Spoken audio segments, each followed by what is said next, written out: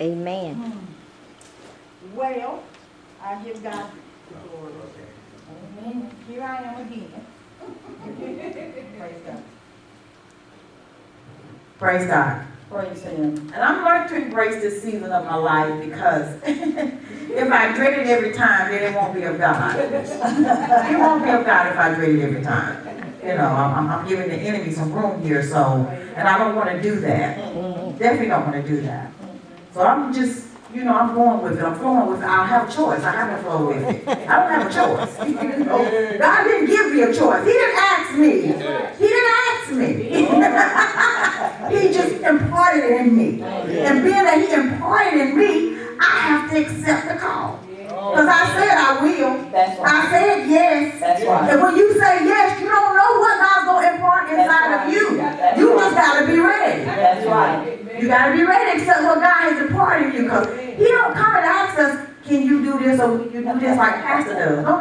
God don't work that way. He knows what's best for us. Amen. He does. So I'm going to give you what thus said the Lord. And right now, the word that God gave me is our our purpose in training. That's all right. Our purpose in training. Now, I tossed and turned about the word, and I'm going to be real with you. This is nothing I really want to do. I'm going to be real with you because I heard one preacher say, if you really want to do it, then, then you got to go back and check yourself. So I just say, Lord, okay, God, help me. Just help me. I said, I can't preach like Pastor. I can't preach like Elder Fan. I can't preach like Elder Edie. I can't preach like Elder Matt. I said, I can't preach like the other great preachers, but I'm going to do what thus said the Lord. Amen. If you will, turn with me to Isaiah 55 and 9. And when you have it, please say amen.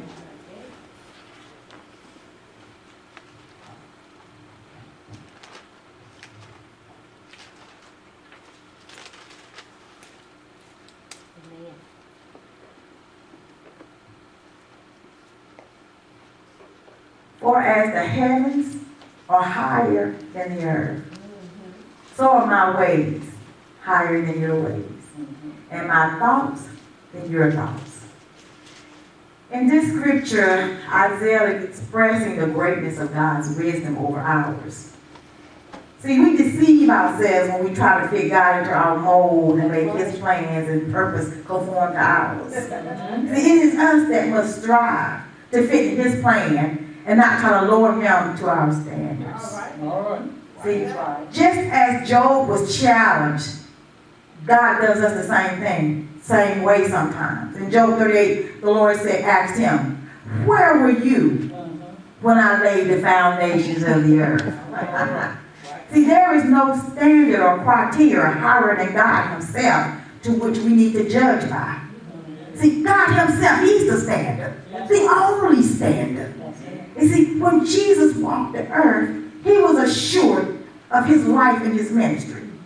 He stood for boldness, and He declared the truth that did not cause Him to back down for what He was called to do. See, 1 John 3 and 8 tells us what He was called to do. He who sins is of the devil, for the devil has sinned from the beginning. For this purpose, the Son of God was manifested, that He might destroy the works of the devil. Amen. See, His purpose was to destroy the works of the devil and not be destroyed by the devil. So therefore, with that in mind, He already knew that He was going to be betrayed by one of His disciples, denied by another, and deserted by all of them.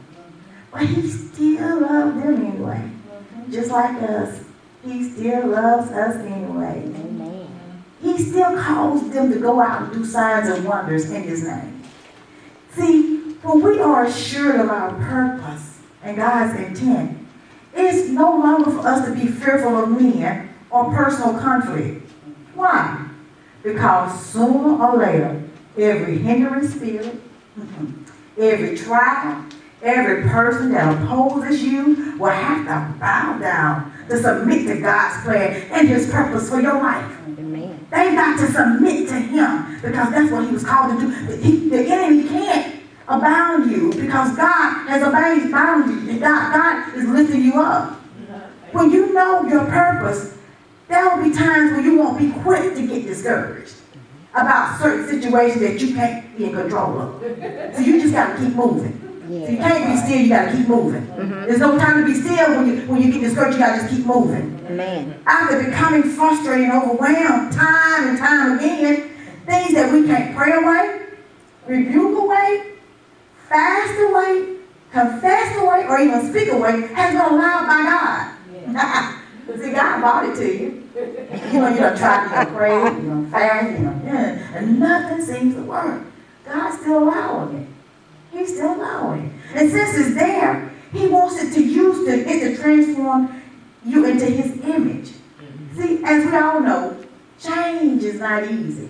Amen. Change comes with a struggle. Amen. See, as our character is torn down and being built back up, He's teaching us to trust Him through this process. See, it's all about purpose, y'all. It's all about purpose. It's all about what we were called to do on this earth. See, for the ones who don't yet know what their purpose is, you don't get to escape. Because if you try, you're restricting and limiting God. You're not even giving Him the opportunity to work for you. See, I'm sorry, there's no way of escape for this. God has a vision for us all. And only He knows what we can become. Only He knows. Only He knows. Man might try to tell you, but only He knows. In Proverbs 29 and 18, it says, where there is no revelation, the people perish. But blessed is he who keeps the law. One without a vision is one who lacks direction and meaning of God's intent for their life. It's like a ship without a sail, drifting in the middle of the sea, and like a child without parents that don't know the direction of where they belong. When we walk in our purpose, it's not just for us, but it's also for others, and most of all, it glorifies God. Because this is so much bigger than us. He has to yank the rug out from under us and give us a push. That push is rough, y'all. When He yanks that rug, you better be ready. Because only He knows when you're ready. By doing this, He just wants to use us in a greater capacity. All these gifts that we possess were not put inside of us to lie dormant. That's right. See, Luke 17:21 tells us that everything we need is already on the inside. See, God has already poured inside of us. And now He wants us to pour into somebody else. God knows that vision not only gives meaning and understanding of one's purpose in life, but it also brings wisdom. Wisdom reveals the trial that you may be experiencing. See, God already knows that we're going to make it. He already knows that we're going to be overcomers. He already knows our end for our beginning.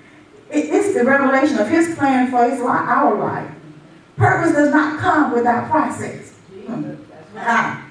During the process, people might see your glory, but they don't know your story. Some people don't always tell you about the behind-the-scenes stuff and the gray and black areas of their life. See, process separates the boys from the men. Process separates the girls from the women. Process brings pain. Process causes you to withdraw. See, there are times when you don't even want to get up out of bed in the morning. There are some times when people want to call you on the phone. You don't even want to answer the phone. You don't want to see nobody. You don't want to talk to nobody. Because I know sometimes when I'm going to Walmart, and I say, Lord, please don't let me see nobody. Because I don't want to talk to nobody today. I don't feel like talking, Lord, not today. How do you know every time you do that, somebody that you know, you always see somebody you know? Because God wants to bring you out of that bed of depression. Process brings you down to your knees. Because a lot of times, when you feel like you don't want to talk to God, you're going to get mad at God, it'll make you go to your knees and start crying out to Him anyway. So our process brings sleepless nights. Process sometimes brings mixed emotions. You begin to question your decisions about life in general. Lord, should I have done this? Or maybe I should have done that. Maybe I should have done this. Maybe I should have put this there. Or maybe I should have gone there. Or maybe I should have married that person. Or maybe I should have dated that person. Or maybe I should have done this. Or maybe I should have befriended that person. You begin to question your decisions. Some people may ask the Lord to make them better because of all the turmoil they're experiencing. But how many of you know that whatever you're going through, bigger don't even matter? I'm sorry, some people ask the Lord to make them bigger, but bigger don't even matter. All you want to do is be better. Process brings shame. And process also brings promotion. See, in John 1:43, Jesus was getting ready to travel to Galilee. Finding Philip, he said to him, "Follow me." So Philip went and found Nathanael and told him that he had found Jesus of Nazareth, the son of Joseph, of whom Moses and the prophets had wrote about. And Nathanael said, "Can any good thing come out of Nazareth?" Philip replied, "Come and see." Pastor, paraphrasing. I remember 15 years ago, I'm going to paraphrase this, how your friends and some of the people might have done it.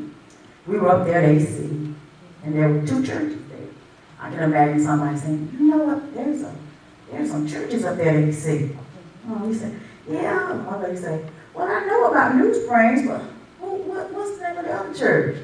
She said, I can't think of that. It's high something. I don't know. You know, Diane Mad. You know her. She the one that's pastoring that church. You mean the one that worked at Womeco? Huh? She got a church? Yeah, that's her. She married Frank Knight. You know her. So therefore, she said, "You think that ain't gonna come out of this? You think they gonna come out of this?" Amen. She said, "Well, I don't know, but we'll see. Time will tell. Time will tell." But little did they know that 15 years later, God got you still standing and the ministry still standing. See, you're like Philip. You said, "Come and see." He said the family members, "Come and see." You told your haters, "Come and see." You told the spectators, "Come and see." And when some came and saw, they tell the Lord high and lifted up in His place. Because if God before you, then who can be against you? See, what Nathanael didn't realize that Jesus was walking in purpose. He was walking in purpose. He was walking in His full purpose. See, but with us, my purpose is still in training. See, sometimes when I'm supposed to sit down, I stand up. See, excuse me, my purpose is still in training. When I'm supposed to play A on the keyboard, I play E. Excuse me, my purpose is in training. But when I'm supposed to say yes and I say no, excuse me, my purpose is still in training. When I'm supposed to pray and I don't pray, excuse me, my purpose is still in training. When I'm supposed to look up to God and I look down and my head held down, excuse me, my purpose is in training. When I'm supposed to walk and I stand still, excuse me, my purpose is in training. When I'm supposed to pray for pastor and I just sit on the keyboard, excuse me, my purpose is still in training. When I'm supposed to look up and I look sideways, excuse me, my purpose is still in training. Yeah, all right. My purpose is still in training. See, but in the end, we still win. Yeah. I serve a winner. Yeah. See, Jesus Christ is that winner. He's a champion of all champions. And one thing about Him that I love, He says, "Equip me with everything I need to win." And I'm reminded of late Brother Grady. There was a slogan he used to say. He says, "I see myself in the future. I look a little better than I look right now." I remember he used to say that. And I always think about that from time to time because I know I'm still in training when I'm not doing the things I'm supposed to do. I said, "Father," He said, "You still in training?" Because we serve a big God. And only He knows the plans He has for me. Only He knows what He has for me. And I trust His hand right now. As I get older, I begin to trust Him more and more and more and lean out to my own understanding. Because this thing ain't about me. It's so much bigger than me. So much greater than me. So who am I to tell God what to do? Who am I to tell Him I need to do this and I need to do that? I can ask Him, But he knows what's best for me. All right. He knows what's best for you. Because when I decided to serve him, I had to lay it all down. I had to lay my burdens down. I had to lay them down. I don't want to keep picking them back up. I don't want to keep picking them back up. I just want to serve him and love him forever and ever and ever. Because my purpose is in training. It's in training. See, he's such a big God. It'll never reach perfection, but he's such a big God because we serve a perfected God. Oh, he's a mighty God, y'all. And I just love him today. And I thank him. I thank him because we serve a winner.